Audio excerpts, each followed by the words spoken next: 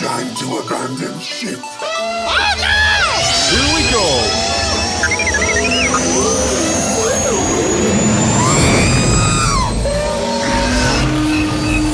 Can I persuade you to join us for a drink? It's a tradition. Here, here. Jar Jar, homie, my main man, quickly. Before the Separatists attack, get into the escape pod. Hey! This is escape, then we're the pod.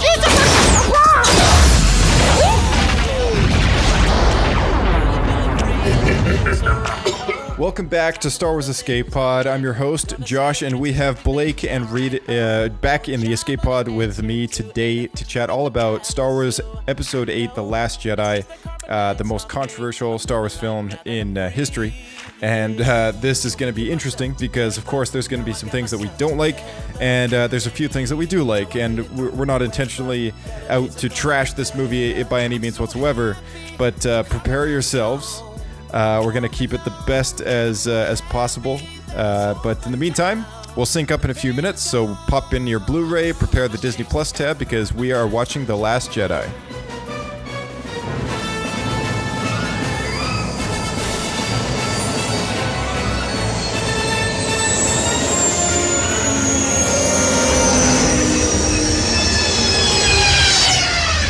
Another happy landing.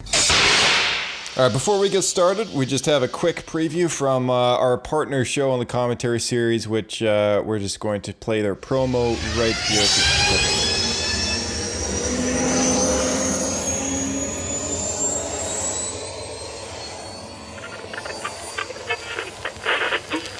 Have you ever wanted to re-experience classic radio once again? Well, the Old Time Radio Comedy Time Machine and the SDR Old Time Radio podcasts are there for you across the internet to do just that. With the classic Jack Benny series and the CBS Radio Mysteries, we're here to bring classic radio to life. So, search us up and enjoy the rest of the show. All right, welcome back, Blake and Reed, to the Escape Pod. Warm welcome to them. Hey, man. Hey, buddy. How's it going, guys? Not much. Hello, hello. Hello, and that is Blake's voice we hear. Are you guys ready to watch Star Wars Episode 8, The Last Jedi, the most controversial Star Wars film in Star Wars history? I mean, I gotta be honest right now, dude. I'm in a pretty good mood today, so if there was a day to like force me to watch this for the first time since it came out in theaters, this is pretty much the day. It's the optimal day, is it? Yeah, It's not going to ruin that good day? Don't knock it. We'll see if I get all the way through it. Yeah. I might decide. On the I might plus side, decide to by go to then work early. the day is over. Yeah, totally. Yeah. Well, this movie tended to break quite a few records back when it did come out in, when was this, 2017? December, I believe. Yeah, that sounds about right. Yeah. So this was a very interesting release because I believe it was the first Star Wars movie ever that had so many critics going wild about it, saying it was like one of the best Star Wars movies they've ever seen. And then when the public saw it, fans were just so blown away as to like how disappointing it was. And, Yeah. and then now that's a certain group of fans I'm talking about, a very large majority of fans that are very Well, at least the vocal ones. made themselves pretty clear about how they feel. And we like as Star Wars fans go, I mean, we all care so much about this franchise that we're willing to go to lengths to either trash something that doesn't work for us or I mean, like, push somebody to watch this particular part or read this particular book or whatever because we love it so much. So that's what makes us fans, right? It's true. Star Wars fans are extremely rabid, and I do feel like it is a very high bar to appease Star Wars fans. It's really funny because Star Wars fans, I think they prefer to hate than to enjoy for the most part. It's true. I mean, in general, I feel like that's the way it is, right? It's like a love-hate relationship. I mean, the guy who made Star Wars has had more fan criticism than positivity. Oh, absolutely. Absolutely. Yeah, and I think constantly to myself, if that wasn't the case, whether or not he would have actually stuck around to do these sequel films. But I felt like he was getting ready to, but he decided to go a different direction. Because he had it all written, right? So he was clearly working on it. yeah, I did want to touch on the fact that you said most controversial, because honestly, is the most controversial movie, the Star Wars film, since the previous Star Wars film, essentially. Because there's well, each one that comes out, it goes a little higher. It gets a little one. Yeah, exactly. At least since Phantom Menace, excluding Rogue One and Revenge of the Sith, I think each one has become more controversial than the previous. Yeah. It's definitely safe to say. Although sometimes I feel like in general, the Phantom Menace is actually not always the bottom of everyone's list. Not these but days. It seems but not these days. It was. Yeah. If you ask people that same question, even just 5 years ago, I'd say probably since Force Awakens. If you ask them anytime previous to Force Awakens, Phantom Menace would have been at the bottom for sure, and people would have nothing but bad things and jarring quotes to support that. Right. Yeah. That's pretty accurate. I think as time has gone by, more acceptance has kind of come out of the shadows a little bit. People are starting to come out of the closet. It's like, what? I actually do like the Phantom Menace a little bit. Yeah, it's funny. People have almost just grown to like it in time. Maybe it's because they've got to experience films from another creator and realize, maybe it's not that bad. Yeah. Or Last Jedi has just set their bar so much lower that they're like, you know what? Here's the thing. So bad. Here's the thing about The Last Jedi, right? So the prequels, I mean, I've said this before on the show. The prequels get a lot of flack for some of the decisions made with the script. Usually it has to do with the performance of some of the actors or the reason for some of the characters. But I've never heard any. Well, and there's a lot of criticism surrounding the length of how much of the politics that it gets into as well. And that kind of aside, because I actually quite enjoy all the political backstory because that's what gives reason to the original trilogy. And you're referring to political stuff within the universe itself, not political stuff that the movie's being influenced by in our world. Yeah, just stuff in the series, right? Like I think a lot of I've heard a lot of parents comment on the fact that it's not fun for their kid to see that stuff, right? And we can all agree. I mean, Star Wars is made for kids, but this is also a series that is made by George Lucas to reflect the ways of the world, and inside the Star Wars world, which is very much based upon realities in our own world, there's got to be some sense of realism. And I think when it comes to this plot of this emperor ruling the galaxy, a very rich political backstory to that character has not only brought Ian McDiarmid's character Palpatine to life in so many more ways than one, but it's also enriched the backstory in general to Star Wars as a whole. Because without all that political story, you wouldn't have any of that political tie to the reason why the Jedi fall in the first place. Yeah, it's true. It kind of does lead into the turmoil of the actual situation, because you can't have something to arise from without there being a corruption in the first place, right? Exactly, yeah. And so, all that aside, right, which are normally the complaints I hear about, no one has ever criticized the story.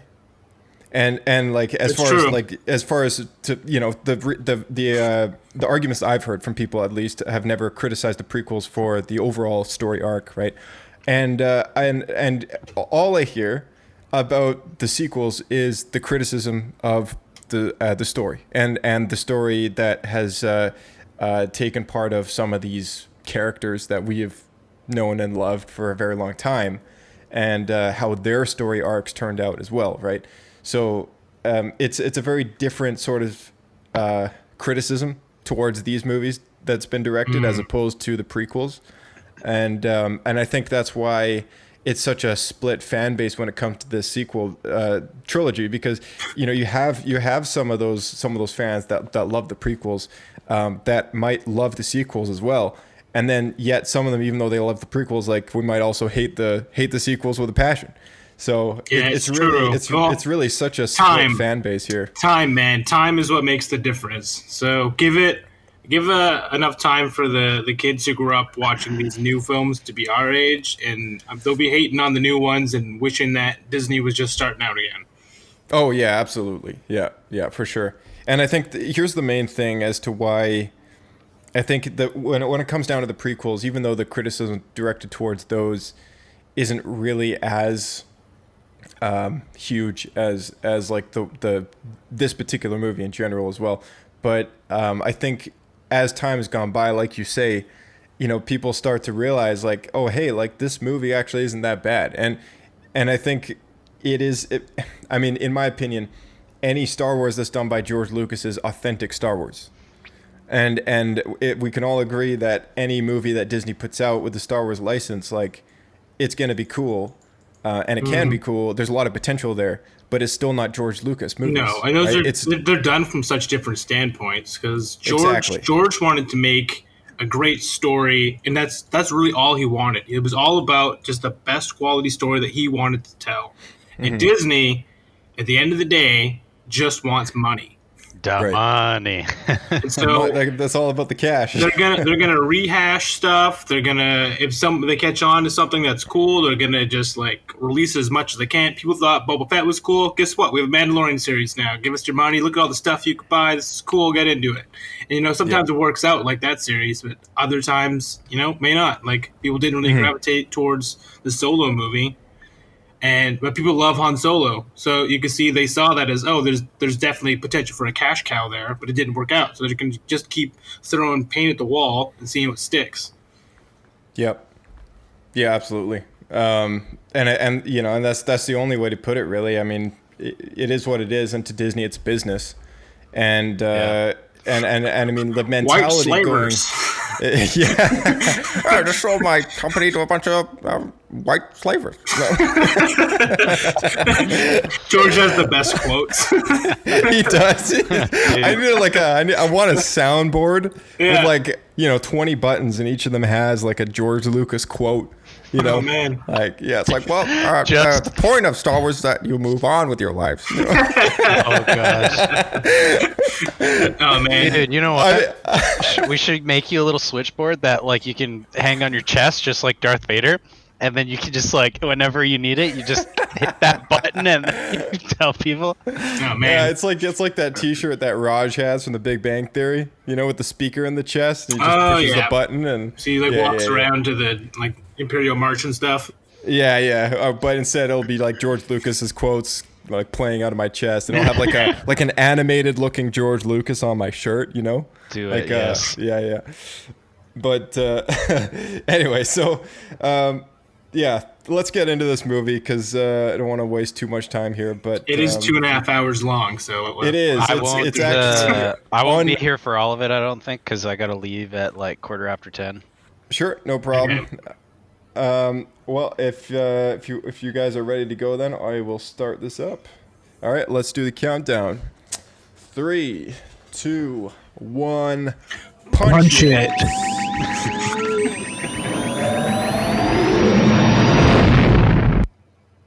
Josh, I do think at some point in this podcast you need to interject in the quote of Rian Johnson before he filmed Star Wars. I think it was still at school. And it's a interview of him while he's like a student, and he's like, I just want to make movies that are really controversial, and some people really love them, and other people just hate it.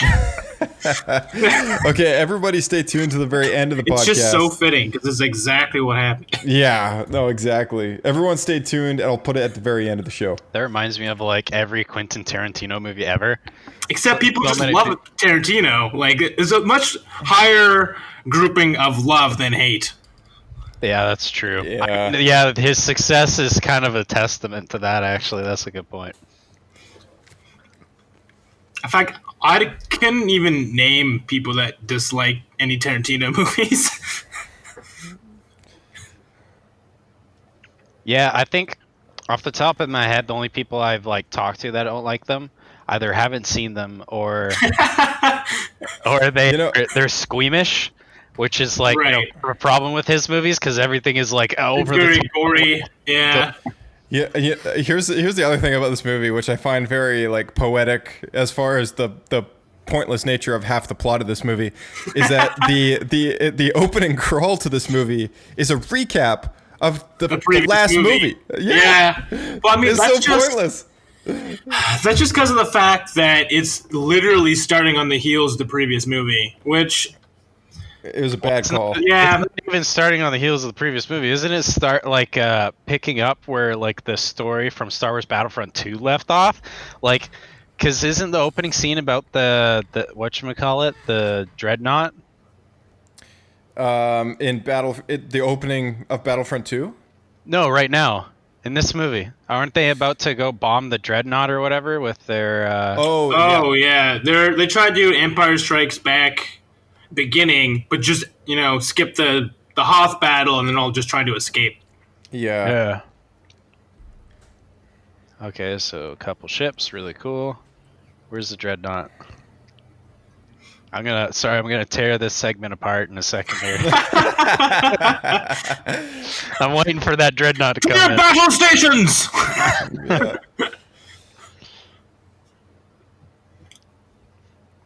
I don't know about you, but this entire movie, Hux, to me, just turned into like a giant weasel. I was just thinking that right as you started to say it. Hux in the last movie was like this dictator, right? And he had a persona and he had like weight to him, to his character. And then he was just like turned into the slapstick throwaway character within the first like 15 minutes of the movie. Oh, yeah.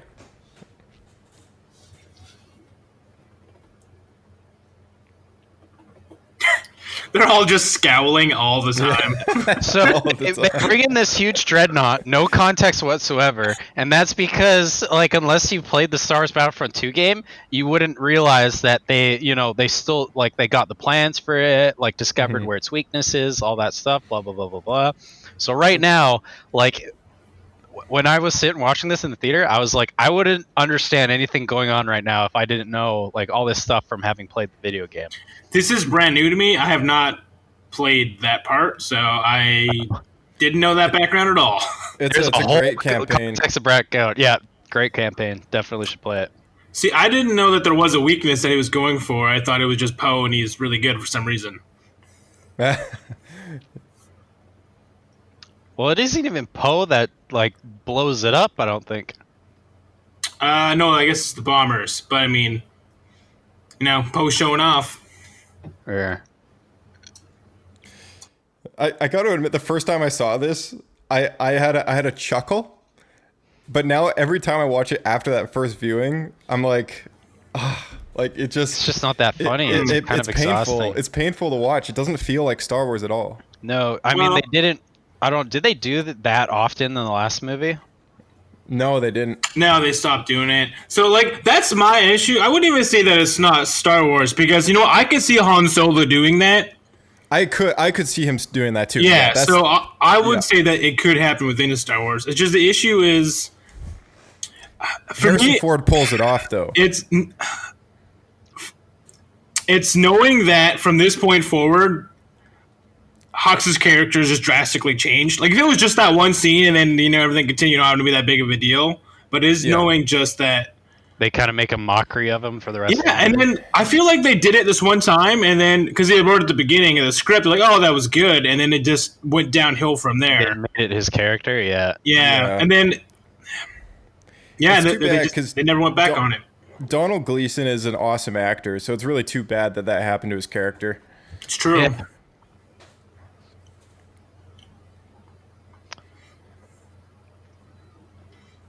Survive Voldemort to rise up in tyranny.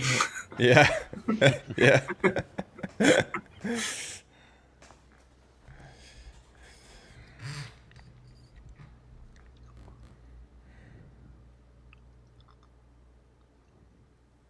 Was this the first Star Wars movie where somebody said, damn it?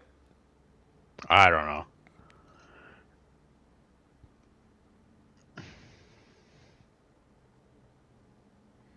Yeah, I'm pretty sure it is.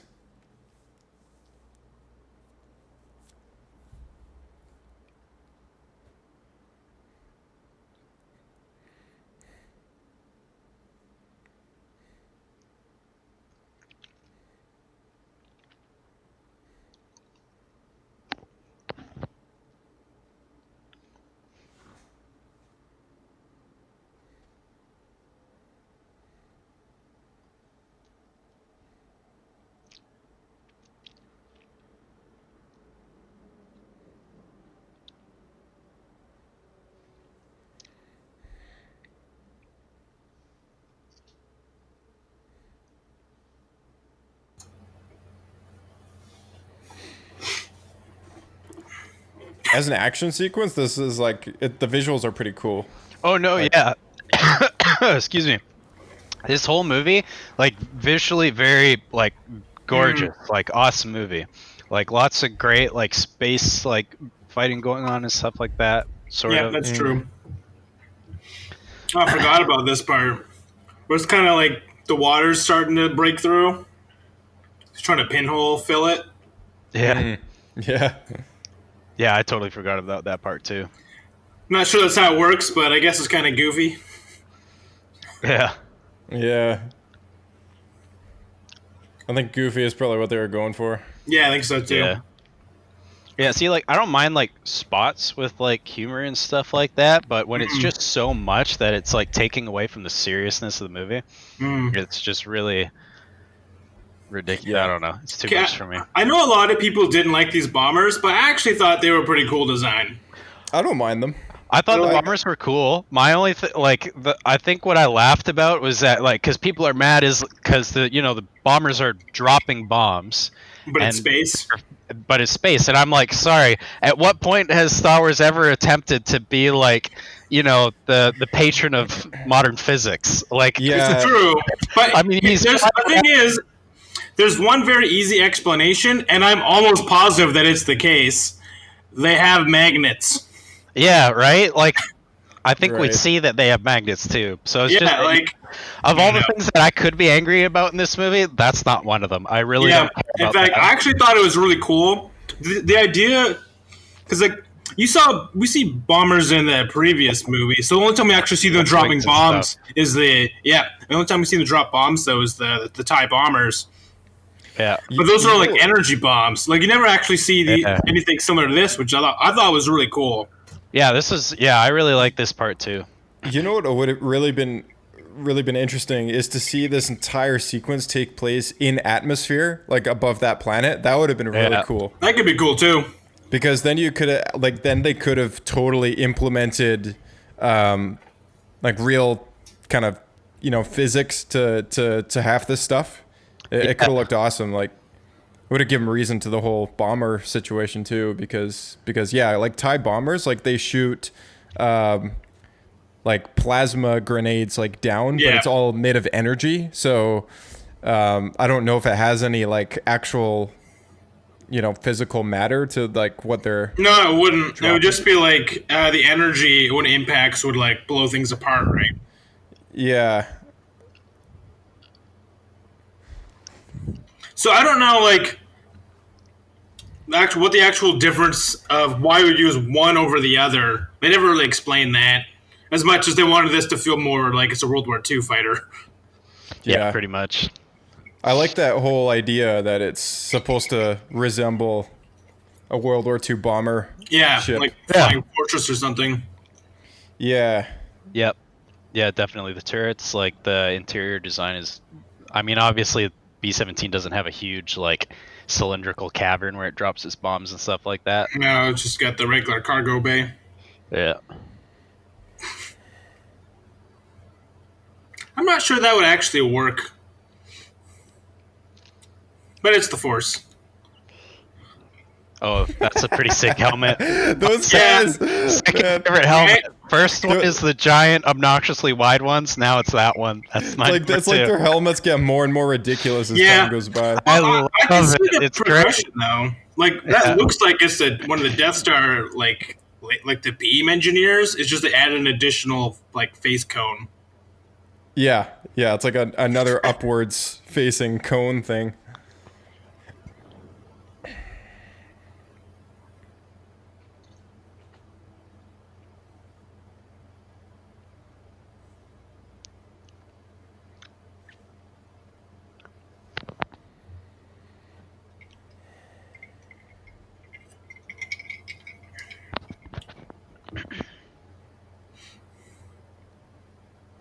There we go. Mission success. You have to admit that looks pretty freaking cool. It did. Yeah. Yeah. It was so freaking cool. The first Other than- transport is away. Ah! Yeah. Other than like the lack of context, I really liked this part of the movie. Like this opening scene was like cool, visually awesome. Like we see this huge like dreadnought get blown up. Like they take a lot of losses, but I mean that's kind of like part and parcel of the fact that they just blew up an enormous. Yeah, I mean, if you actually think about it, like loss to loss ratio, that was a win. Yeah. Yeah.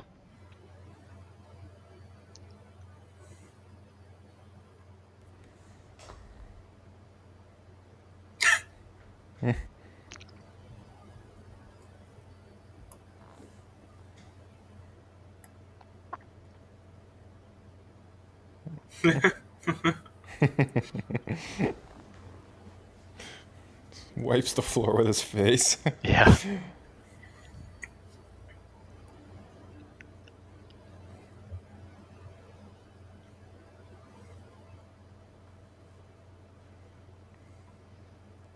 So I guess that was a little bit of foreshadowing, eh? Yeah. Yeah, totally. Yeah, you could honestly make a montage of how many times Finn says Ray. And he's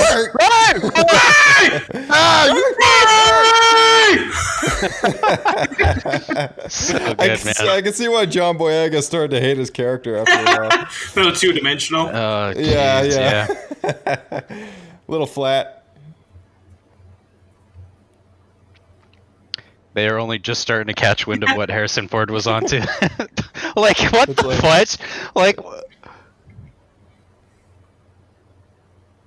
It's like that's motivation for his character leaking out.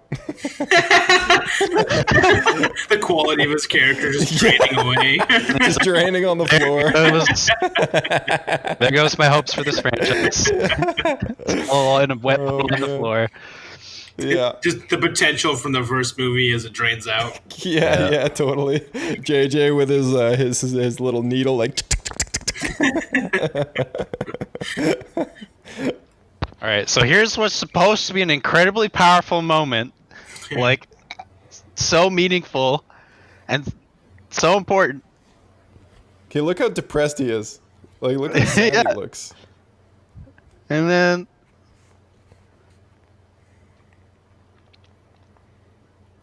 So this kind of picks up where we left off with Force Awakens, where I kind of mentioned that the reason why he's standing there in his traditional garb is like he was thinking of offing himself. and At least then that's a general theory, at least.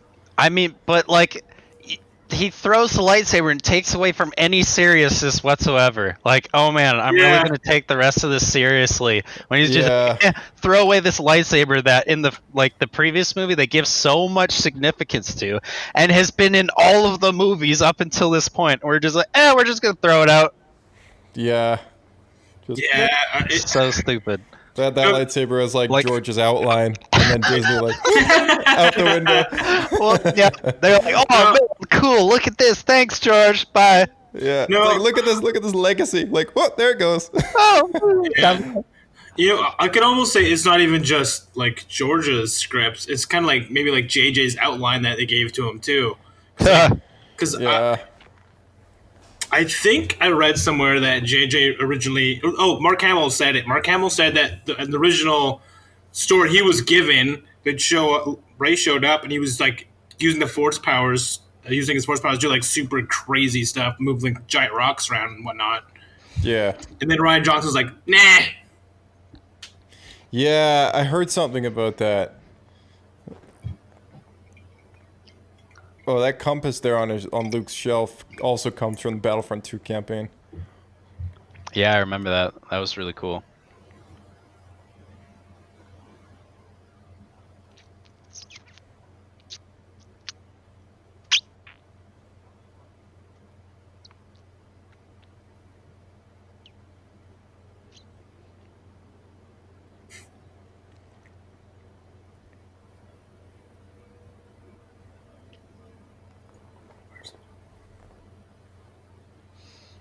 Oh, okay. Now we're gonna take it seriously. Got it. I love this throne room though. This is so cool. Yeah. It's pretty ominous with just like this giant flat red sheet. Yeah. A hollow it's pretty cool. projector, or yeah.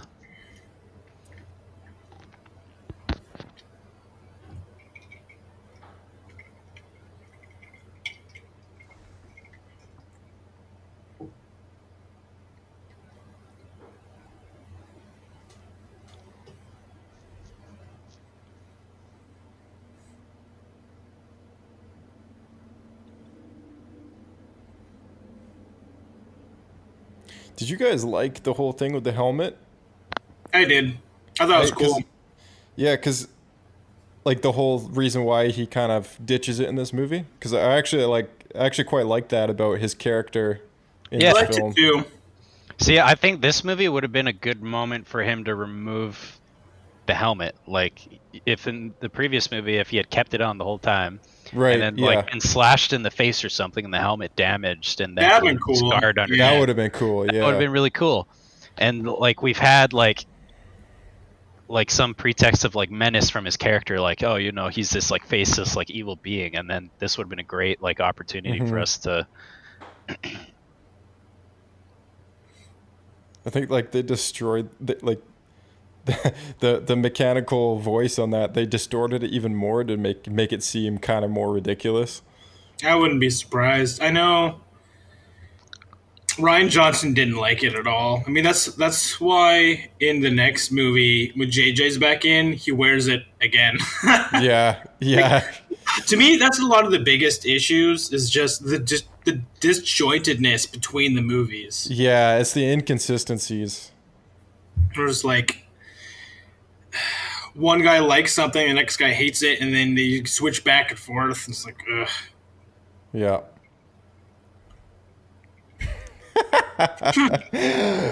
We're gonna do this to look awesome. Look at that! They're just like do the Swinging it twisty, around. like yeah. Come How much on, they get paid baby. all day to just stand there Let's and look do cool. the twist. Just like grooving. I mean, you gotta admit, Snoke is dressed for disco, man. Like, they must have sick parties in there. Oh man, he's pimp. Yeah, like when I first saw like this whole thing with him in the robe and like did the lightning bounce trick off the floor, Yeah. I was like, oh man, like this is actually going in a really awesome direction here. You like the bounce? And, I thought it was kind of silly. Oh really? I don't know, like, why? Because he couldn't lift his wrist up high enough? It was like feeble. I guess I guess that that's true. I don't know. I'm like He's trying to do like a bounce off the backboard for a swish moment, or what? yeah, I guess so. I don't know. It just felt less emperor like. Right. I don't know. I didn't want Snoke to be like just another Palpatine, right? Yeah, agreed. Honestly, my biggest issue with this whole trilogy is probably Snoke. I just feel like he's not very villainous. Mm-hmm. And Well, they wasted any potential his character had, because to me, this was supposed to be a movie where, like, oh yeah, like, you know, we see his character for the first time, like, you know, like we actually are able to like build some like understanding of his character in the first place, and then they snuffed that out right at the end of the movie and are like, oh, sorry, he's gone, bye. yeah, Yeah. Oh, okay, like, thanks for spending a whole movie like, you know, not even like showing him to us because he's such this evil, like, powerful, menacing figure, and then you're it's just true. gonna, like, flush him down the toilet basically, or down the garbage chute. I could see why they did it. It's just to get like Ben Solo in the right perspective to be the villain, right? But then Yeah. I just don't know if it was pulled off properly. No, it really wasn't. Yeah. It's also my issue is you're coming off of the Emperor, which was his lead up villain over 6 movies. You see him come to power, how manipulative he is, how powerful he is. Yeah. And he has this guy Darth Vader, who's also extremely powerful, is like the chosen one, is like essentially enslaved to him. And now you just have this random guy you know nothing about, and he's just better for some reason. Yeah. Comes out of nowhere. Oh man. Just like this. Diego. This is such a stupid Blue juice! What? Boy, blue milk, guys. Gotta Blue love juice. it. Yeah. Blue juice. Diego hates that moment. It was so stupid. That moment for him just kills it. It just undermines his character even more. I'm like, why do we need to like shame Luke's character more? It's like watch him drink some milk. I mean, he was a farmer. Lol. I guess they're just showing you how he survived here this long. Still, you could go without the titty squeezing. Way better. Oh yeah, totally. They could have done so much better. Yeah, they could have found a different way to do that.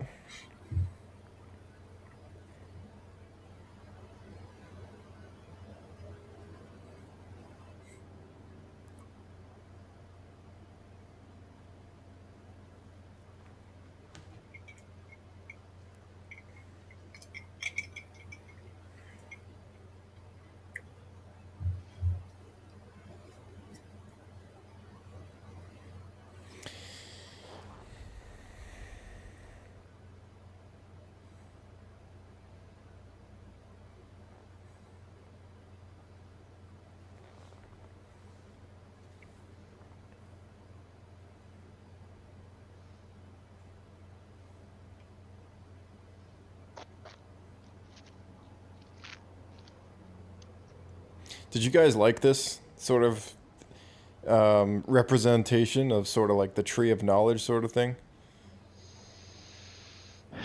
I mean, it's like a tree filled with like the Jedi texts, you know? Yeah. Yeah, it seems fine. I think it's... Yeah, I was fine with that. Some like ancient Jedi enclave was on the island. I mean, the Jedi have always been kind of in tune with nature, so it's not that weird. No, yeah. Didn't bother me at all. Yeah. Like, it's something always, I could see in, like, KOTOR or something. Oh, yeah, I was always very curious about this whole thing, and, you know, I wanted them to elaborate a little more on it, but... Yeah, they just kind of throw it out the window. Yeah, like, Episode 9 kind of made it clear that Rey had been using the Jedi texts to study from, which is why in the last movie she's kind of got these newfound powers to like heal people, and you know, she knows about the Wayfinder devices from that book and all that, but it had a lot of potential that I think wasn't utilized very well in this movie. Like it was just like a setup for the next movie, and then even in the next movie, it's like didn't really play a huge part. But no, yeah, they could have done better with it.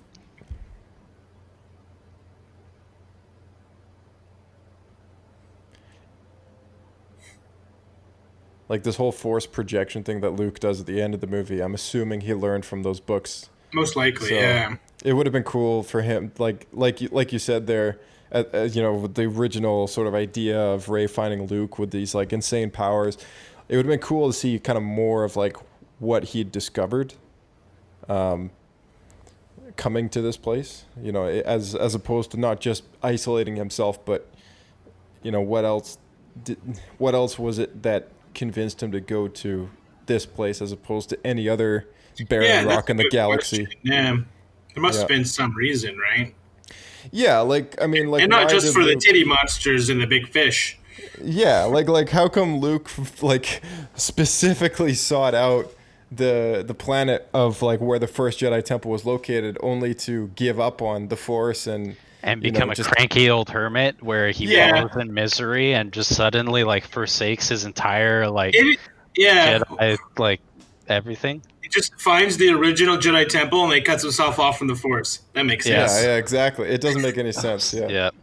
And that's what bothered me about a lot of this sequence too, is that like I had like like great hopes for like seeing another like teacher-student relationship and stuff like that, and like watching it, like them build it out in a different way. Like I was totally ready for it to be different. He could have been Obi-Wan. That's what he thought he was Yeah. going to be. That's what we all thought he was going to be, and that would have been a great relationship. That's I think what George intended him to be as well, because he told Mark Hamill that way back during the creation of the original trilogy, and he asked Mark Hamill, he's like, you think you might want to be like this next Ben Kenobi character like in the later films, and did you guys listen to that interview with Mark Hamill? No.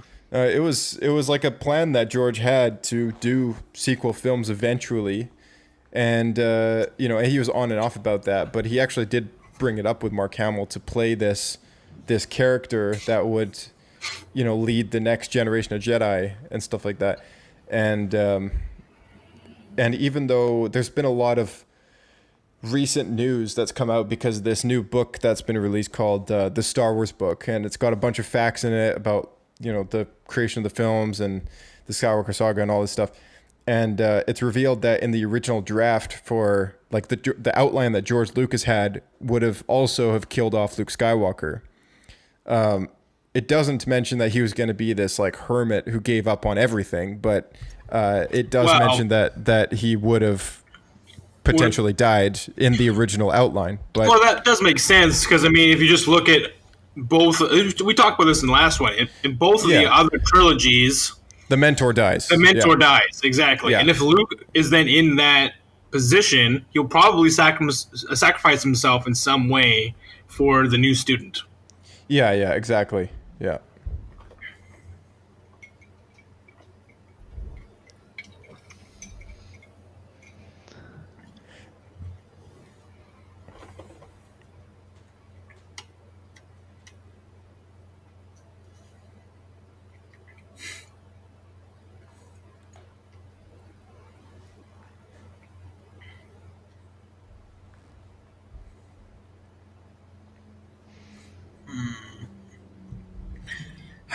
I think part of it also, people get so annoyed, is they changed a lot of how Star Wars works in this movie. Yeah, like those laser blasts going out. Yeah, arcing, so stupid. Like arcing and shooting down, like there's no way. Yeah, but like I'm the shields referring... are 20 yards or like 200 meters away from the actual ship. They're not just like close. Yeah, it's so stupid, because there's been countless Clone Wars episodes and films where we've seen just the laser blast go off into eternity and disappear. Yeah.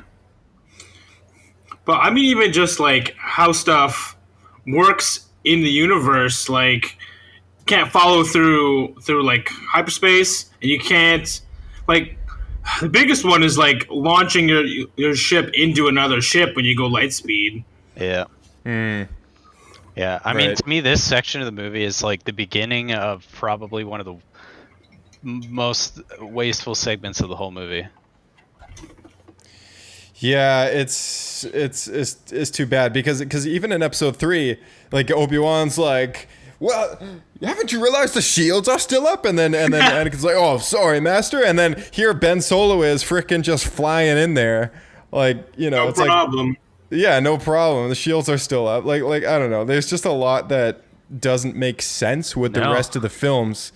And this was my argument about the last film too. Like, JJ had no idea what he was doing when he allowed a TIE fighter, plain and simple, to just end up on Exegol with no hyperdrive.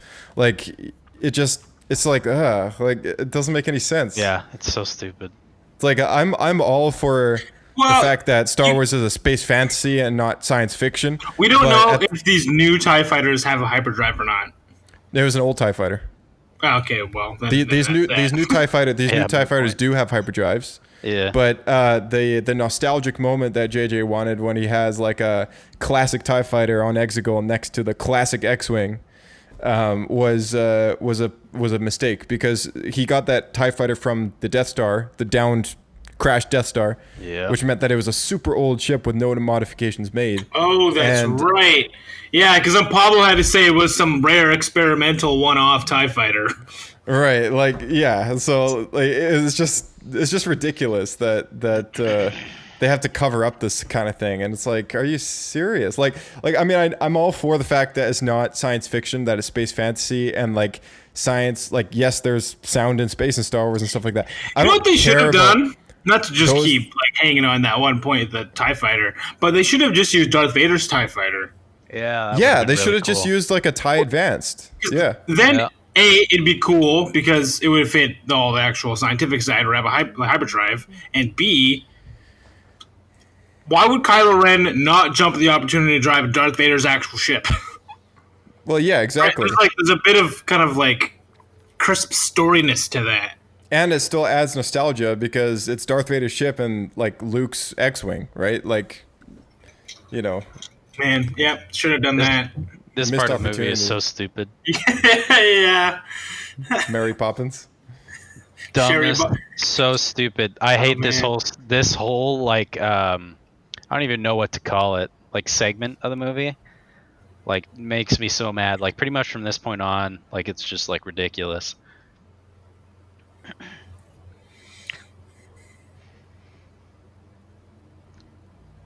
Oh yeah, and they just it's like blink and you miss it because you have to think about it. I think to really realize is throughout also this ridiculous like floatiness, they also killed Admiral Akbar. Yeah. Yeah, Off that is camera. true. Yeah, off. Like it was like a subtle mention. He just Yeah. threw him away. Totally. Yep. Throw him out the door. By the way, huge trash so foreshadow hard. there when she made me flies so through the mad. hologram. When she flies through the hologram of that ship, they totally foreshadowed that moment later on in the film. Oh yeah. But yeah, you're right. Like a beloved character like Admiral Akbar, like, you know, it's like So they're just gonna kill ridiculous. him- Like kill him such off a screen. waste. Yeah. Like It's he was such so a waste. important. They should have had him like honestly. They shouldn't have had crazy pink-haired lady. That should have been Admiral Akbar. That was okay. Yeah, that's when we true, get yeah. to that, I'm gonna be like, oh my gosh, I'm gonna go to town on Oh, this. I mean, I love this with the porgs. yeah, this is pretty funny. This is amazing. Yeah, this part's good. They kind of look like pugs. Yeah, they do. Pug face penguins. Like, Yeah. let me enjoy my barbecue. Stupid. I'm like, okay, this is so funny, but at the same time, I'm like, here's Chewbacca, who's like ripped enemies to shreds for hundreds of years, and all of a sudden he's gonna grow a conscience over a stupid chicken penguin. Like, what the fuck? Yeah, Like, what the fuck? yeah. And Lucasfilm announced that from then on, Chewbacca was vegan. Oh my Did they god. really? No, I made that up. But I also wouldn't be surprised. I wouldn't No. be surprised either. That's like Not have been. that's a such a Representation, guys. Representation. PR. Yeah. Aren't they silver dice? Why are they suddenly I gold? think they're always gold. I think they've always Oh, been okay. gold, but yeah, in the original trilogy they were actually like dice. Yeah. And then with this movie and Solo, they changed the dice to be more Star Warsy. Star Wars, yeah. Yeah.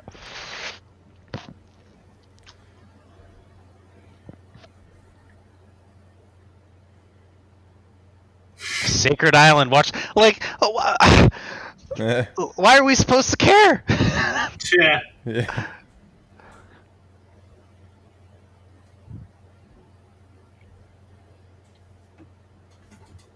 Nothing can make me change my mind. And that's Okay, see that's this hologram right here. Like that Oh particular yeah, it's shot. way higher res. It's way higher res. They have to have had used the asset from Rogue One. Looks Yeah. good though. Like I actually didn't notice that you pointed that out last time. Yeah. Yeah, they did Yeah. a great job with that, yeah, definitely. using the same audio and everything. Hope. One line.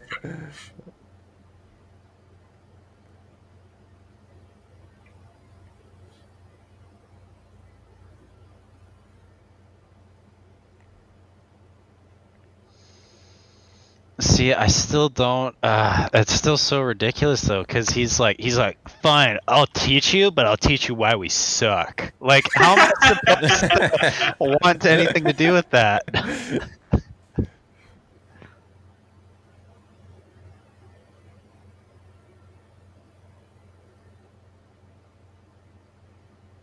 Oh, thanks for the So thanks for the angry. mention. Yeah.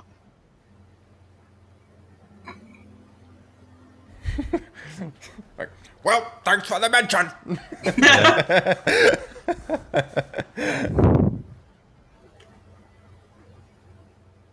Probably killed off Prune Face off of camera too. Oh my Not god. Prune Face. Not Prune Face. No. So this is so Beloved character stupid. such as Prune Face.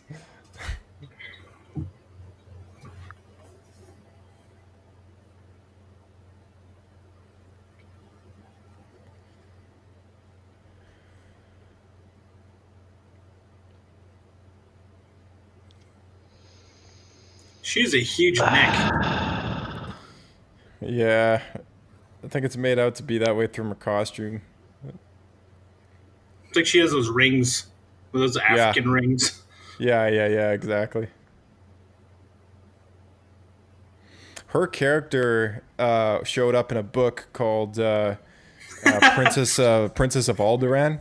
Okay. It was and it was actually a really well written book. I think it was written by the same author who did Lost Stars.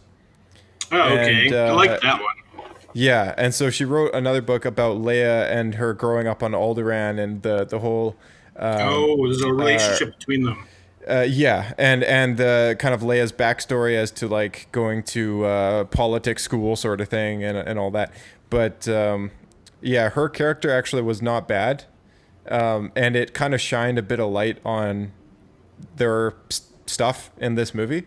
Okay. So after I read that book, I was more or less accepting of her character, but I still don't think that. I don't know. I'm not the biggest fan of her character. That's for sure. I hate this lady's character so much right now. So, like from this point forward, this sets such a ridiculous precedent because we have a whole movie where we see Poe and Finn like they're great heroes, like where they're sort of building up their character. Like I think we talked about how they could have done a better job, and now she all of a sudden like square one is just like, oh yeah. I'm not going to tell you my plan. Leia demoted you. I don't have to tell you what we're going to do.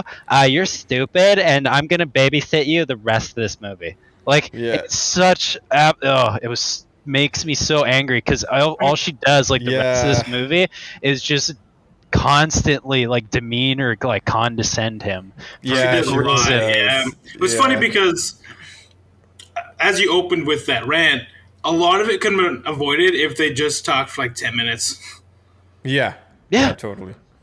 Like this whole, like we didn't need this whole section of the movie where he's like all angry and choked and like understandably frustrated that he's been flushed down the toilet basically. If they just had a like 5-10 minute conversation about like what the plans are or whatever. Yeah, because like if he didn't do that, then he wouldn't be trying to go around her, right? Yeah, literally everything was made unnecessary by the way they made her character treat him. It's kind of funny because he did that thinking she was incompetent, and then if she would have just told him, it's just so stupid. It is. Okay, and now so part 2 of the like this section, next other segment of the movie being stupid is like the relationship between Finn and what's her name, Rose? That's right. Yeah. Yeah, so this is, again, so here's coming back to, you know what, we're going to set Finn and Poe to square one because they can't think for independently and think for themselves, so we're going to assign someone to babysit them for the rest of this movie. You're right, they both kind of get that same thing. Compass. Yeah. Like, so Rose is like, because, like, Finn, the last movie, like... by the end of it, you're kind of like, okay, he's over his obsession with running away from the Empire, blah, blah, blah, blah. And now he's like, all of a sudden, he's like back to square one. He's like, oh no, I gotta run. And here's Rose. She's like, no, you can't do that. Like, I'm here to reset your moral compass because you can't think independently or learn from any of the entire first movie that you just went through.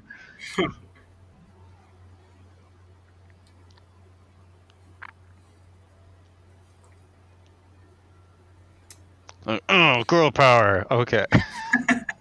Like, I don't mind strong feel characters. Like, Leia's a great strong feel character and stuff, but just like the fact that they made Rose and the Vice Admiral or whatever, like literally babysit their characters and like enforce a moral compass of their own upon them. It was just awful. It was so painful. Yeah, it is a little So painful poorly to watch written. that. It's even if they just did it for one of them, it'd be something. But it's weird that they gave them both the exact same storyline. Yeah. And then they just like threw Finn out by making him waste a lot of time for no reason. Oh yeah, exactly.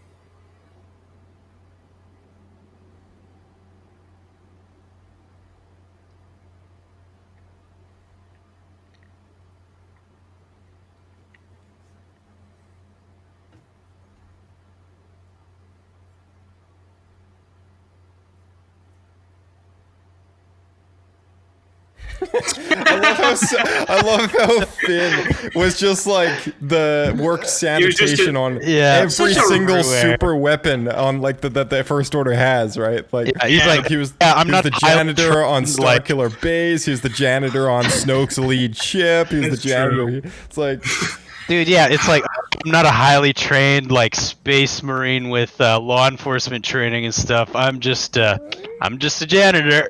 yeah, it's like how Honestly, often, like, it's kind of lame. I wish they had really like made him like a through and through stormtrooper. Yeah, they could It have was made a way it more cooler interesting. character. Yeah, Instead, they just like take every character and turn them into a joke. I mean they really do. Yeah. oh, not to mention Maz Kanata's appearance in this movie. No spoilers. That's my favorite part. We'll get to that when we get there. At a time, man. I've already ripped apart. I'm not even getting like started on this right now.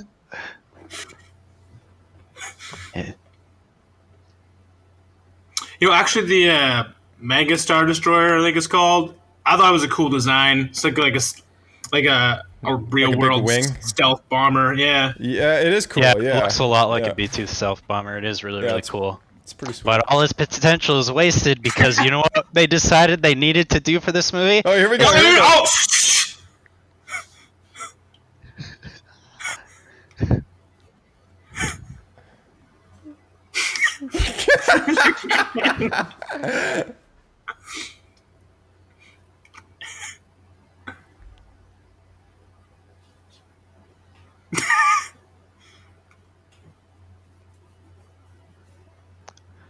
Why does he need to be an ace pilot?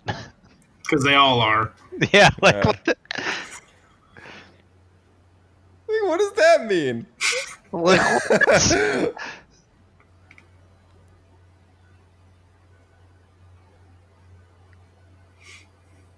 This whole thing is so strange. Oh, it's. I hate it. So I love Benicio del Toro, amazing actor, but such a wasted character. Oh, like, wasted talent. Absolutely. Like, so bad. What is recording her? I don't know. It's like some It, sort like- of floating probe. I don't know, dude. Okay, Yeah. let's talk about this union dispute for a I know, second, right? Oh, man. I mean, that was like, so funny. I feel like that entire appearance was just because they had an obligation to keep her character as part of the film. Yeah, I kind of felt that and then too. they couldn't find a spot for it, so they're like, oh, let's put it in here. It totally feels like that. Pretty just much. feel a little awkward, a little gimmicky. And I love how at the end she just like jetpacks away. Yeah, Yeah, I know, like, right? And the camera follows her too. She doesn't just appear, like show up, like jetpack off of camera. Like it just it follows her up as if it's like Right? so cinematic. Modern day Mandalorian. I really appreciate Ryan Johnston's ability to move the scar because before it looked so ridiculous, It was really goofy. and now it looks kind of cool. It is better, but it is Yeah, wasn't very. it with his nose before? Like, Yeah, it was. Yeah, it was going across the bridge of his nose over the other eye. I'm pretty sure, or like up the middle of his forehead or something. yeah. Yeah, that's right. It was kind of like between the eye and the nose. Yeah. You know what they should have done to make him like really menacing? Cut his nose off. That was funny. They could have made him look like Voldemort. Dude, yes. like cut his nose off and he's all like snaky, Yeah, Dude, yeah. for like real. skeletal, or what's that guy's name? Like Darth Malgus or like mask. Red Skull from the first Captain America movie. Right. The whole Force link between them was interesting. Yeah. I didn't like it in this one, but I actually grew to like it in the next movie. Yeah, once I understood like what it was that was going on, I was like, oh, okay, like there's actually like meaning behind what's happening right now. It's not just like, oh, we're just so good with the Force, we can talk to each other across the galaxy. Yeah, it's true. It was a little weird. It's in this movie, though, that Snoke is the one who reveals that he's been bridging their minds through the Force, right? Which is why I brought that up earlier with Snoke and all these interesting Force powers, because it makes him a little different than the Emperor. And then in the next movie, find out they find out that he's just the Emperor, and it's like, dude, like what the heck, man? And then also, not only that, but they go completely backwards on the fact that Snoke is the one who's been bridging their minds together, and they call it a Force dyad that just happened naturally. Yeah.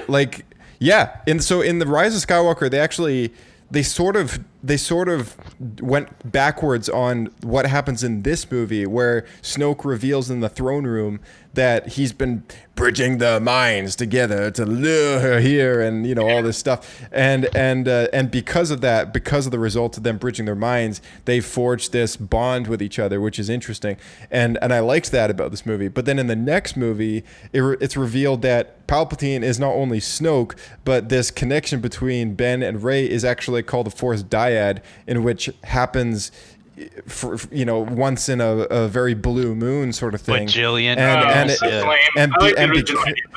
Yeah, me too. And that's why I like the whole Force bond in this movie actually more than the next movie, because I liked that idea. Because that even makes sense, even with the knowledge that Snoke and Palpatine are the same person. Quotations around that, but because Palpatine probably knows that even now that she's his granddaughter, so why would he not create that bond to lure her so that she could become his apprentice? Yeah, I mean, like, personally, I actually like the concept of the Force dyad or whatever. I guess it's more of like a classical archetypal like connection or whatever between their two characters, but like, I don't know. I didn't mind it. Like, I liked that explanation in the next movie more than just like in this movie, it being like presented as like just another one-off like it was in the last movie, where they're like, oh yeah, like we're just randomly really good at Force stuff. This is really funny though. I like that. Yeah, right. That was good too. I see what you're going with that. I actually do like the Force dyad idea.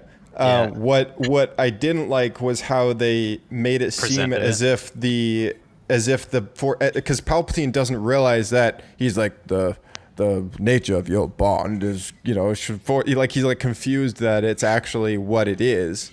And as if he knew nothing about the fact that they have this bond in the first place, when he's the guy who apparently is Snoke, who bonded their minds in the first place. So like, it's like there's a big inconsistency there with like this Force bond and the Force dyad being one and the same.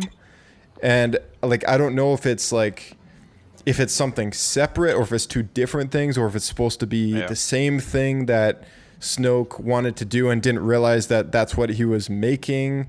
Therefore, Palpatine knowing that as well, right? Like, it's a lot of like, is this the same thing or isn't it kind of thing, right? Yeah. So I just want to say this sequence is reminding me of like a National Geographic documentary.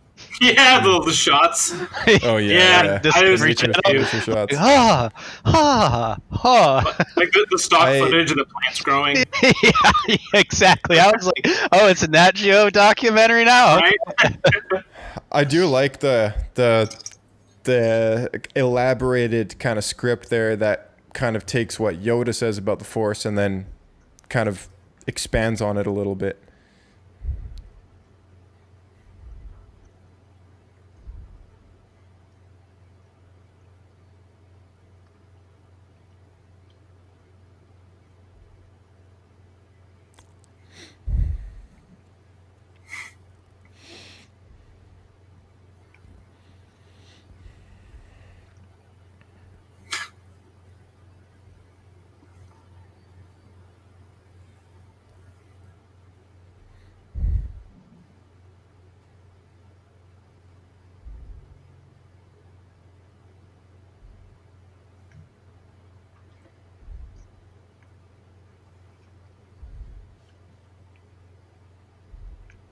I don't know why Luke is so shocked about this, because he like walked into a cave that Yoda told him to go into, which was basically the same principle. It's true. And let's not forget he tried to kill his freaking nephew, so he's not Yeah. much one to talk about any morality. Yeah, yeah. Still don't think Luke would do that. No.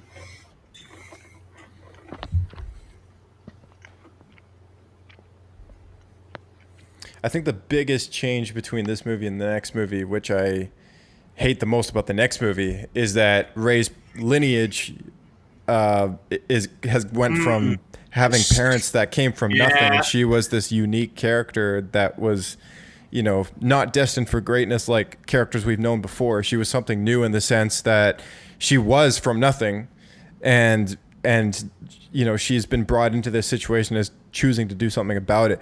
And then in the next movie, they make her this character with destiny, like we've seen all the rest come before her. So to me, it was just like going around the carousel one more time kind of thing. Broken record. So yeah, like it's like, oh, now she's related to Palpatine, and you know, it's like everybody's related to somebody important. It's like it makes the galaxy so much smaller than just having some girl from nowhere with parents, and she's got these powers. Like a more relatable character. Yeah, exactly. That's what I really liked about Rogue One, is that I guess you could argue that what's her name's like Jyn Erso's father is like, you know, a super powerful, important person or whatever, but like most of those characters are all like, you know, they're all just normal people, and they've been forced into the circumstance, right? So, right. You know, that being said, I actually do like Rey being related to Palpatine just because of how ridiculously powerful she is in the Force. I think that's the only reasonable explanation for why she's powerful, but I still don't like the relationship. It's the only thing. Yeah, I'm not like, the only reason I'm willing to accept it is because it makes the last movie less painful, where she just is randomly able to suddenly use the Force out of nowhere. Yeah, exactly. Because like, all right, fine, she's powerful. Palps her granddaddy or her daddy or whatever the issue is. Yeah, or how in this movie she shows up Luke when they have that slow like duel. Yeah.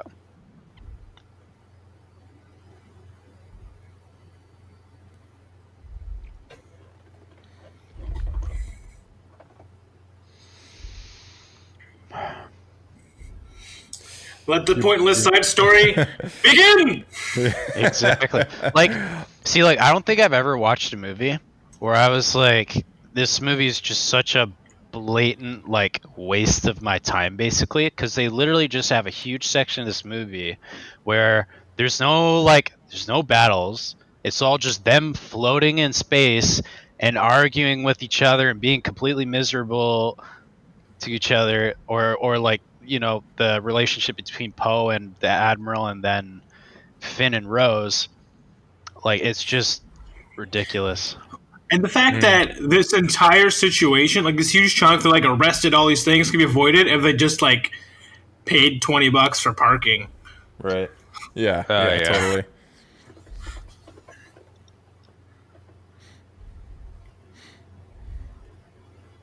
Yeah, and like all of this to go get a hacker. I'm like, oh man, like what? Slicer, Star Wars. Excuse me, Slicer. Oh boy. Yeah.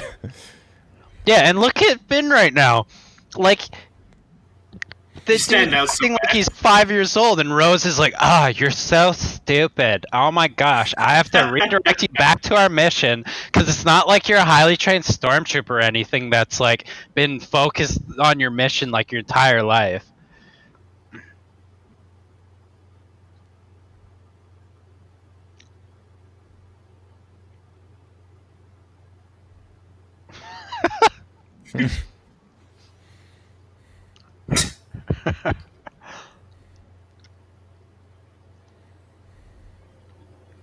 They're not even trying to blend in. Like, it would have been at least interesting. At least it would have been interesting if they had to have, like, went out and got suits and, you know, like been like a kind of like a mini James Bond or Yeah, like they could have. That would have been so Yeah, cool. Yeah, if it was like Ocean's 11 sort of situation. yeah, exactly. Ocean's 11. Yeah, like a heist kind of thing. Like so, like Exactly. we got to intercept this code breaker secretly without people knowing we're from Yeah. the Resistance because I'm still mad that it's just a generic hacker that the whole reason there is here. But yes, I agree that there should have been like they could have made something really interesting out of this. yeah, Instead of forgoing all of their friends to save some horses instead. Oh my Yeah, yeah, gosh! exactly. Yeah. Alright. I forgot how ridiculous this is. Okay, yeah, I like that the kids are like the moral compass too. Children are more morally like ethical than all the adults in the Star Wars apparently now.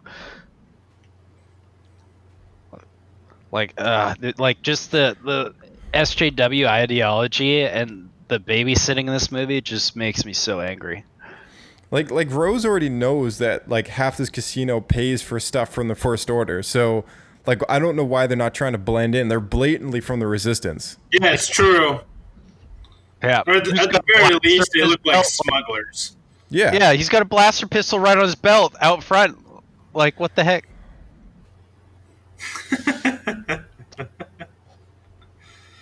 I love how Disney that scene is. Oh yeah.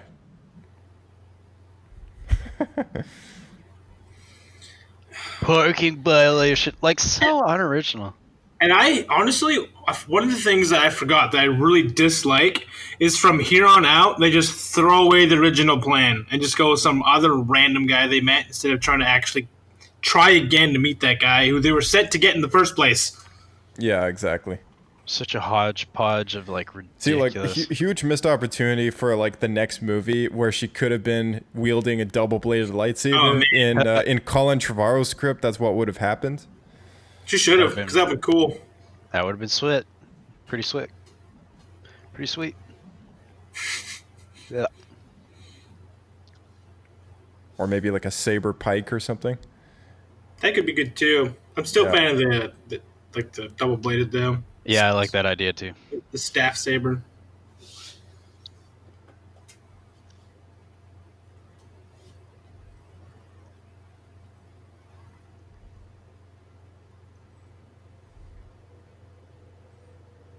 I do like this next scene though.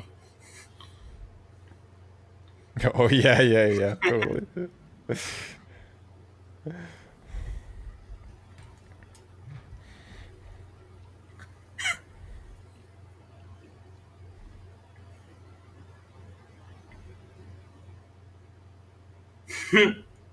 Whoops.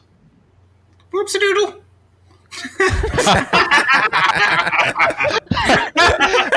No, not the fish nuns. That's my favorite scene in the entire movie. Yeah, yeah, I can see that. Yeah. Just like knocks the villagers' wheelbarrow. Right? Just ruins their day. Yeah. Like took all morning to get that fish. Their life already sucks. Like they're just a couple of fish nuns or whatever, and they're like, "Oh man." They're like they're keepers. They're keepers of the remaining Jedi temples. Yeah. I mean, honestly, haven't done a very good job of keeping the temples. If we're being, Like all this stuff with Luke sharing about kind of How like crappy why the Jedi were. Yeah, exactly. It's interesting that he mentions Darth Sidious by name. It's true. Because throughout the original trilogy, he only knew him as the Emperor. Yoda only revealed, like, only told him of the Emperor. Like, Ben Solo only referred to him as the Emperor, right? So, like, it's interesting because in the prequels, that's the only time that they actually call him Darth Sidious. So, I wonder if it's Luke's kind of studies of Ben Kenobi's journals from or the Marvel the Star Wars Ghosts. comics. That's what I was thinking too. Was Ghosts. I figured. Yeah. Well, if it's any similar to the original books for the in between timeline for Luke, the legacy books now, Luke was in good contact with the Force Ghosts for a long time. Kind of had them as like a council. Yeah. Yeah.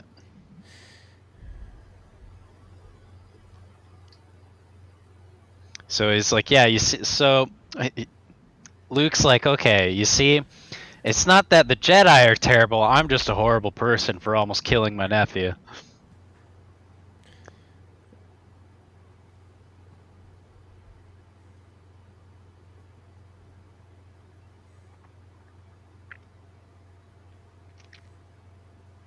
So there's a comic book out there which I think we should all probably read because I still haven't read it yet either. It's just 4 issues or 5 issues, but it's called Kylo Ren, and it's a kind of a prequel-ish flashback-related story to the build-up of Ben Solo kind of joining Snoke in the first place, and how these events kind of affect that decision, and who the Knights of Ren are, and how that title, the Master of the Knights of Ren, is even like a thing. Yeah. So it actually gets into all of that stuff, and it's interesting. It was interesting. Like I've seen some of the panels, like some of the pages, and it looks really good. Yeah, I'd Because- love because to have they- some context to the Knights of Ren because we got none from the movies. Yeah, the they comics. skipped over that. The comics were basically doing patchwork to like make some of these things make more sense. And not And terrible. as some of the comic books do, which they tend to fill in some of the holes when it comes to certain things. But yeah, I think we should all give it a read at some point because Yeah. that does some good justice for the character too.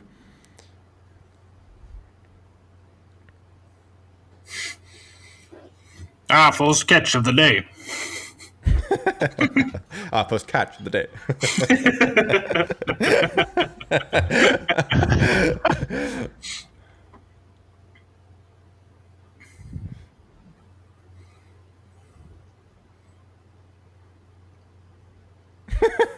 He called them rebels. Yeah, he did. Yeah. Resistance. The line was resistance. Well, I'm only doing one take. Yeah.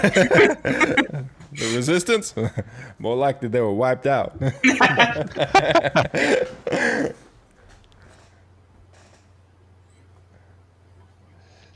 Here we are, just sitting in space. I mean, Poe looks like he's in as much pain as I am. Also, could you imagine getting arrested for parking on a beach instead of a ticket? Ugh, man. It's No, yeah, ridiculous. so stupid. More gigantic wastes of our time. Like just from like a film design, not even as like a Star Wars movie, just from the perspective of like watching a film, it was just such a like blatant waste of like the audience's time. It just frustrated me. Like I thought it was just so ridiculous. Knock the prequels all you want for certain elements, but their stories were cohesive and everything had a point. Yeah, and there was like things happening other than us just floating in space or having like meaningless sequence after meaningless sequence, Yeah. and like multiple characters that are And, like like, not useful or meaningful in this story at all, really. And when they had sidelining stories like Obi-Wan going off to investigate this, and and then Anakin and Padme, being in protection over here, kind of thing. Like all the stories mingled really well and made sense in their own context. And it allowed the characters to grow in their own way. Yeah. Because like Yeah. Obi-Wan was discovering the plot that was going to lead to the war. Yeah. And while that And was the Clone happening, Army. Yeah. Yeah, exactly. And while that was happening, Anakin was growing as a character into Darth Vader. Yeah. And falling in love, which Yeah. then would be, a result of Luke and Leia, right?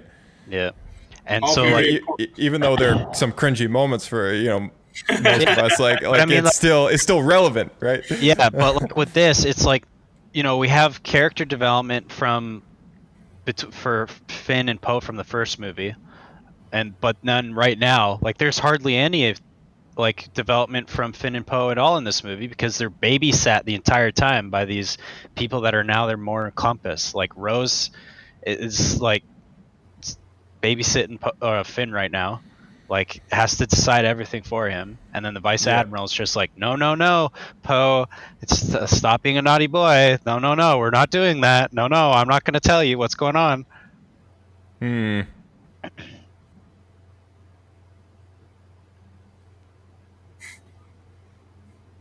You probably shouldn't put a sewer entrance into prison.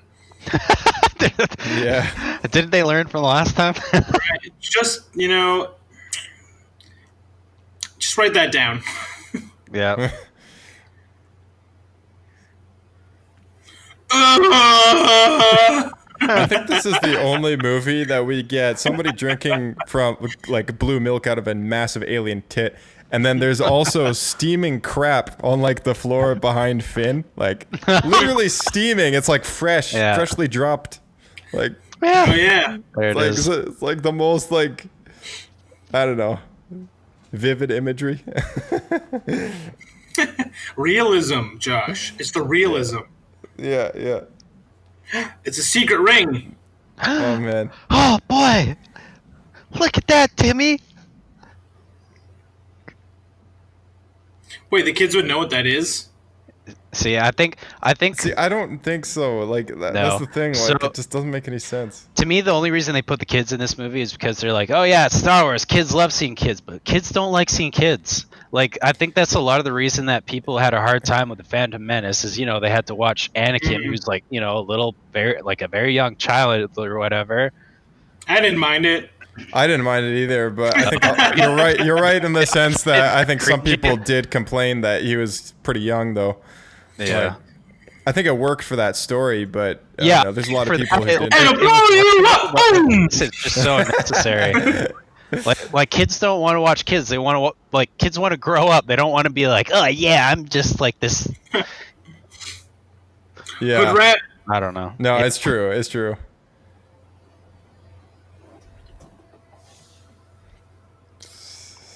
More alien tits. Yeah, there's a lot of boobs in this movie.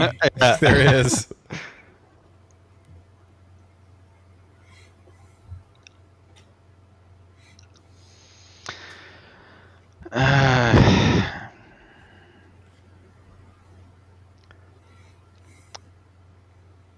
This is just, I don't know. To me, I just find this so boring to watch because I'm It's like, so stupid, yeah, man. like man, like social justice, woo, bring down the. Yeah, like in Attack of the Clones, we get this awesome speeder chase, and then in Last Jedi, we get like, you know, two people riding a like a Watch horse. oversized, horse camels or whatever get ridden around and like crush poker tables. Like yippee ki like hallelujah. Yeah. Like, we set free! Like we're Funny is, together. I bet the next morning they just go out and they just like shoot them all. Yeah, totally. So, okay, look at that. One shot and the guy's able to take out the ship, but doesn't think to start shooting at all of the freaking like camel horses. Like what the fudge, man? It's true. I was, oh no, that would be so immoral of us to shoot the camel horses. It's not like we're an evil empire or anything. Or part of one.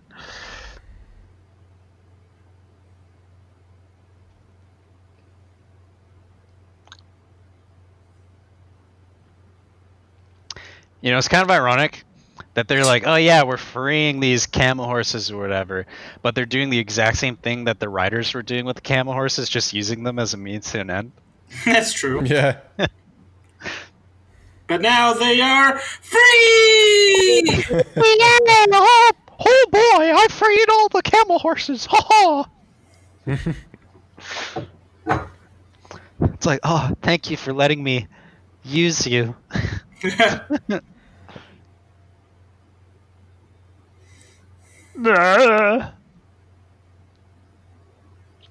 It's just such a special moment. Not like we gotta worry about people dying in the galaxy or anything like that. Honestly, to me, that's the biggest issue, is they just completely forget the fact that all of their friends are about to die. Yeah.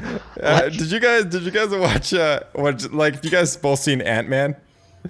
Yeah, the first one? Oh yeah. Yeah. Okay, so one of my favorite parts of the movie, like one of the like I just lose it every time, is like the what's his face, the Mexican guy, Lewis or something. Yeah, it's like sidekick guy. Yeah. Yeah. So like when he first picks up Paul Rudd's character from prison, he's like, so what's new? He's like, like my father died. My mom got deported. But I got the van, and he's like super happy about like this van. crappy van. Yeah. So like I think this movie kind of like draws off of that. It's like they get back to the resistance. It's like oh, what you guys accomplished? Like well, we lost the master code breaker and we got imprisoned, But we freed got some this other guy. Like some pointless, stupid thing. Like, but we got back alive.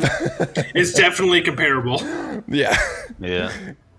Like all these failures, then this one like meaningless, pointless thing. Why didn't they put her in a back-to-tank? Right? I don't See know. the back to tanks, bro.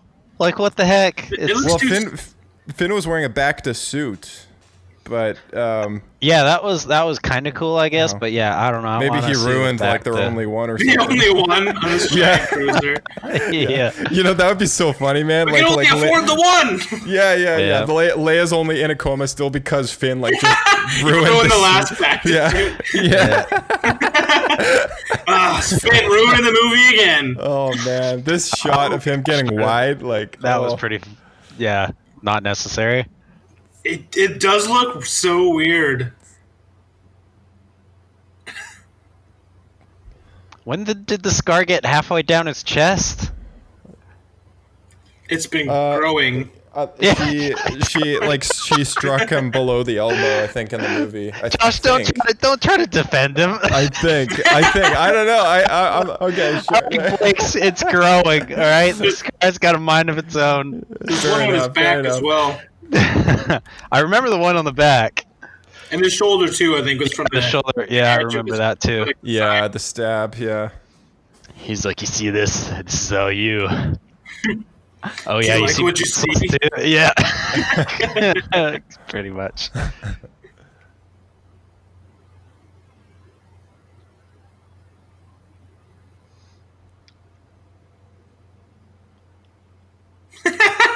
Luke's face. Yeah, he looks so deranged. You Like, know what? Right? Jedi, that's the problem, not Luke.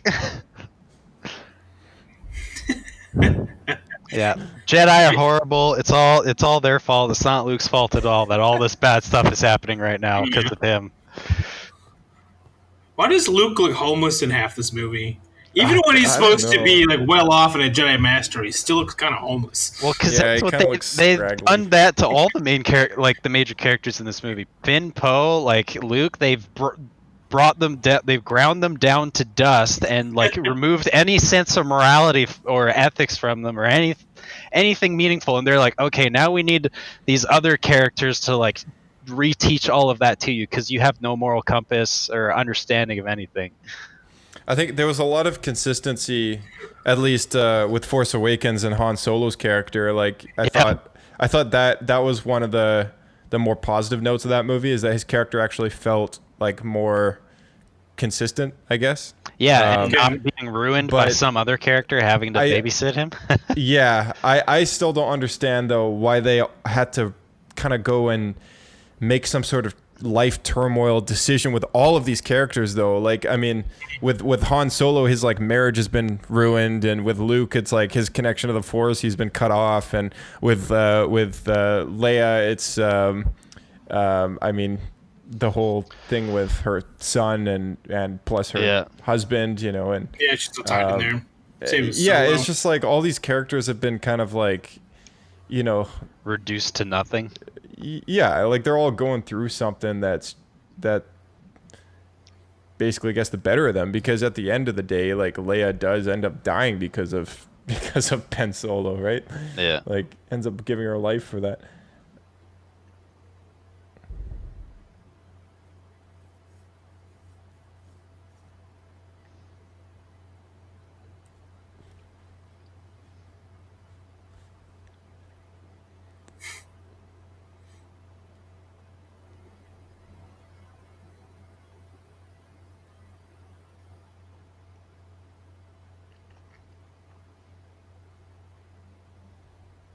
Oh, right. I forgot that they didn't bother explaining anything.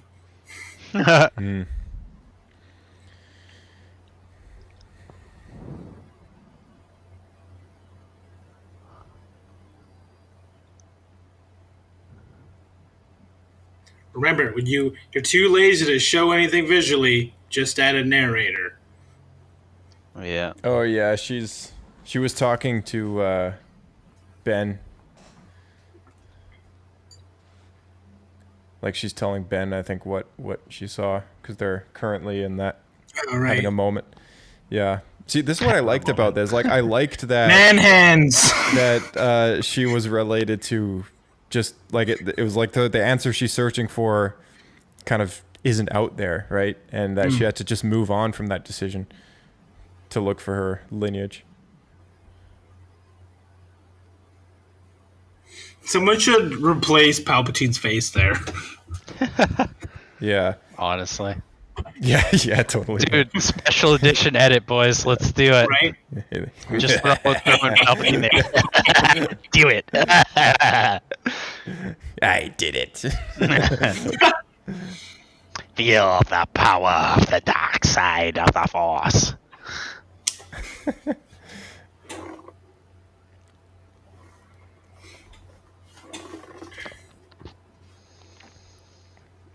Yeah, like I liked how, she's searching endlessly for these answers as to who her parents are, but really she's looking for a meaning of her own. And then when that mirror reveals to her, it's like, oh, like, it's not going to show you anything except just yourself, right? Like I think what it's doing is like pointing the answers to within herself and not looking to an external source to do that. So, but isn't that place supposed to be the dark side?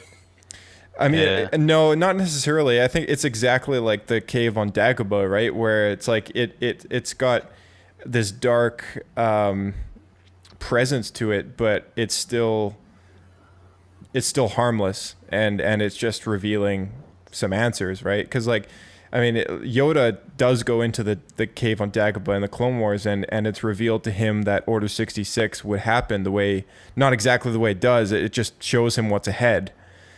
Mm-hmm. And I think it's fairly appropriate for this cave to exist the way it does and present some sort of vision to her of some kind. But I feel like it all kind of went to crap when they changed her whole lineage and made it related to Palpatine.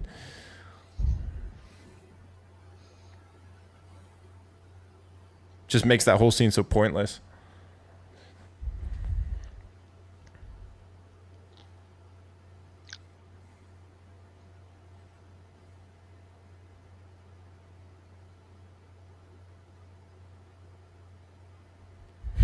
It's like, so Mark, you're going to be in the new Star Wars movie, but instead of a lightsaber, we'll give you a stick. Not even a stick. It's an antenna. Yeah. Yeah.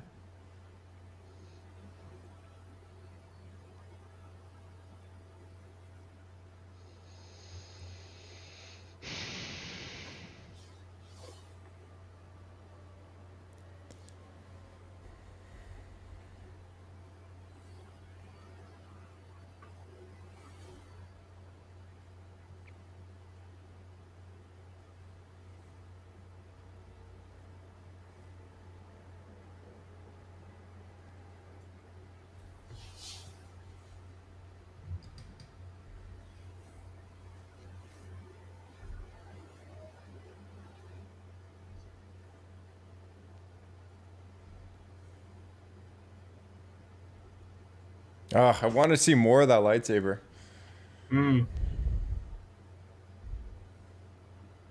It's the only time it appears in the entire trilogy, isn't it? It is, yeah.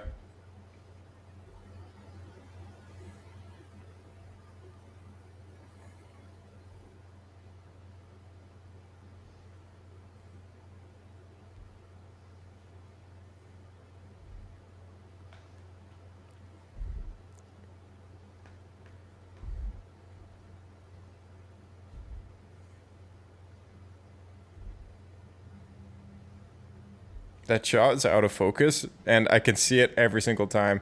I hate that in movies. I noticed that in the original Thor movie as well, the second one. I think I know what you're talking about. I saw that recently. Yeah, it's like they did like a crop in, like digitally, and just like super low res and like grainy and like. Yeah. You're like, here we go, round 2. Throw it away now, I dare you.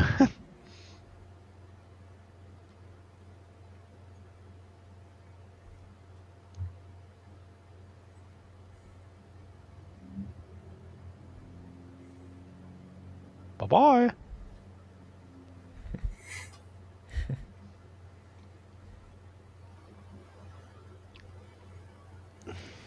How did you guys like?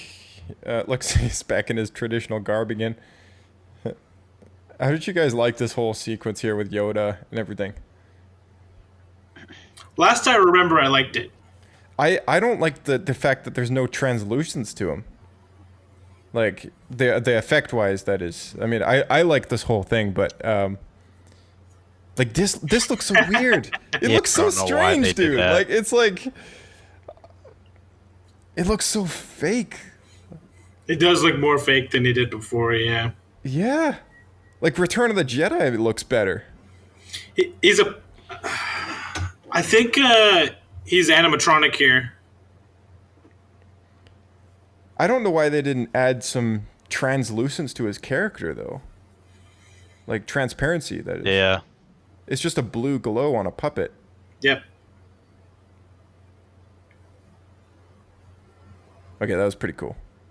Mm-hmm. I like that a lot. The fact that the Force Ghost can like summon other like Force effects, like that's pretty sweet. Makes them seem like super. It makes Ben Kenobi's like words about, you know, I'll become more powerful than you could possibly imagine, like come to light a lot more.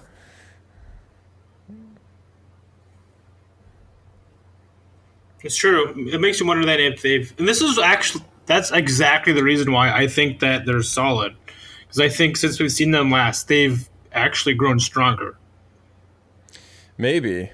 So they're less ghostly. So we see they can actually do physical things. Like we actually see Yoda hit Luke in the head, right? Yeah, exactly. They have physical form, essentially. Yeah. So it's like they're no longer ghosts, really. They're like ethereal. That's a good point, actually, because in the Clone Wars, Qui-Gon showed up to Anakin and Obi-Wan on Mortis, and he was able to present himself in his body form, but at least in Force Ghost form. But later on in the series, when he speaks to Yoda, he's only able to show up as a voice. Boom. Yeah, and it was due to the concentratedness of the Force on that planet that allowed him to do that. So I wonder if Acto is just so saturated with like the Force that maybe that's exactly, yeah. Could be.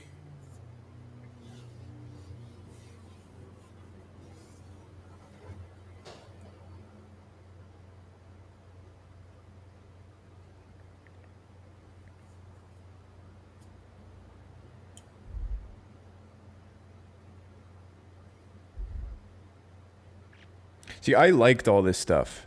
And then I kind of started to wonder, I was like, why didn't Yoda just show up when Luke was having a moment like this, watching his whole Jedi temple burn down and he was in tears, and you know, that was the day that he decided to cut himself off from the Force, right? Like, why didn't Yoda show up then? Like 10 years ago? Yeah, like ages ago now. Guess he was busy doing Yoda stuff. Like existing outside of time. Rockin' and rollin'. See, like instead of doing this entire sequence in this movie where they're just floating in space like meaninglessly, like they could have done an entire like backstory on Kylo Ren and Luke and the old temple and stuff like that. Like they could have at least done a decent bit on that. That would have been awesome. But no. Yeah, they could have done a thing, where she's like where Rey's like exploring old ruins and stuff, like Jedi ruins. So yeah. So much potential. When 900 years old you reach, lose track of time you do.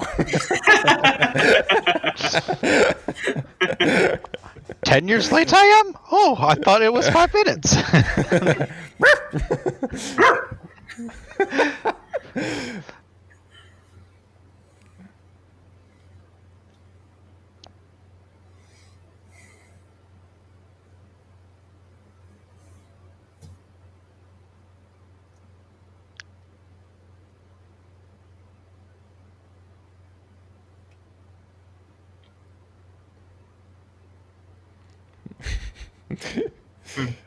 It doesn't look like he's ransacking anything. It's like it could be some dude going through his own drawer. It's true.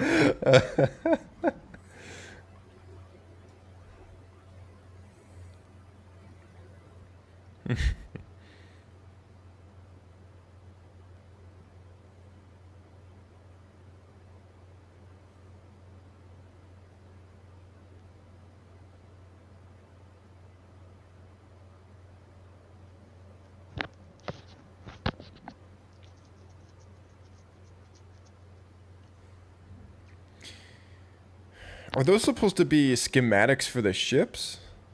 Or I It's think supposed to be like a lot. Yeah, like you know, like advertisement. yeah. There you go. Because if you seems notice, like a underneath they had like font. I think those are like prices.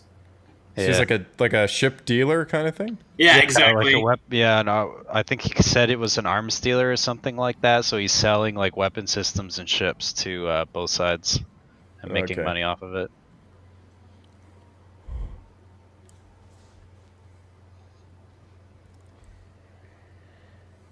The admirals banned you from the bridge? Seriously? Flyby. Oh boy, here we go. So professional. I just love though, just the sight of her just like launches you into like this tirade.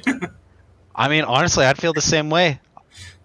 I feel the same way right now. I could go on a tirade right now. Again, I've already had several. I don't know why she doesn't just like come clean and just tell him the plan, because like It's because he's not mentally fit.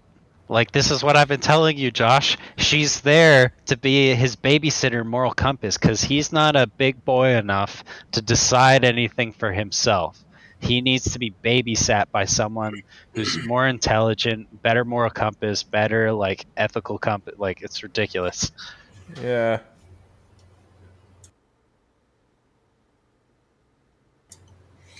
They think there's a mole, don't they? That see, that would make sense if that she was hiding it, if that was like a thing that they brought up earlier, but they didn't bring it up earlier on. Like, of all the people to, like, hide it from, too. Like, I don't know why, like, it's just such a stupid waste of time to make an enemy out of him. Yeah. And that he's, like, the one in the wrong right now.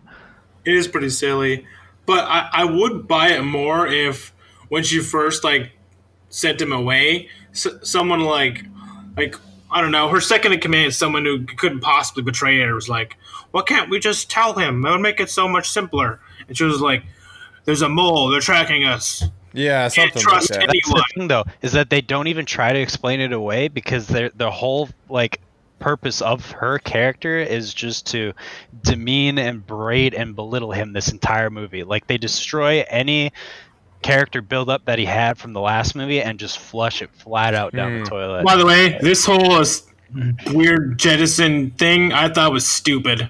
Why does the Yeah, Falcon have this? It is really stupid. Why don't is know there why a they have coffin that. thing? Yeah, like, I think it's supposed to be some sort of like supply drop box, but the fact that it very conveniently fits a person with a window is kind of strange. With a window, yeah. yeah. I don't like it. Oh man, someone should edit that so it just like drops her off and just falls into the sun. Yeah. Yeah. Oh no. How Star Wars should have ended. Oh, there she goes, gone. And it's done. Yeah, because we already know the Falcon has smuggling compartments, not at a smuggling escape pod or whatever it is. I don't know. It's just weird. There's some things I could buy them adding to the Falcon. That just seemed out of place to me. It seemed so gimmicky. Yeah. Blip, bloppity bloop. He sums up this whole segment like, I'm just gonna fake press buttons, blip bloppity bloop, like magic fairy, wave my wand, and whoosh, we're in the ship, yippee! Like freaking so stupid. Blibbity blobbity bloop. This literally like.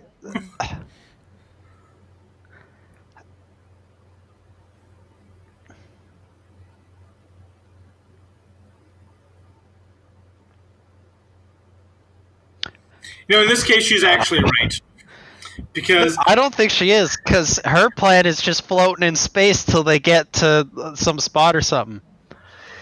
no, but I think she's right to call out the fact that they put their trust in these two people that spent the majority of their time saving horses. I I mean, with that rationale, I'm not gonna lie, but that's what I mean though, is that like Rose is such a friggin' ridiculous character, because like they flushed Finn's like entire like any. That shot was not anything Star down. Warsy at all. No, it wasn't. It was actually very confusing the first time I saw it. What, that iron? The iron, yeah. Like, I get what, No purpose whatsoever. it looks like something that'd be in Doctor Who. Yeah. Like something like campy and cheesy, right? Yeah. Star Wars isn't like it has like slapstick comedy with characters, but it's not usually like this weird, like out of universe shots. It'd make more sense if there was a droid doing the ironing for them. Like,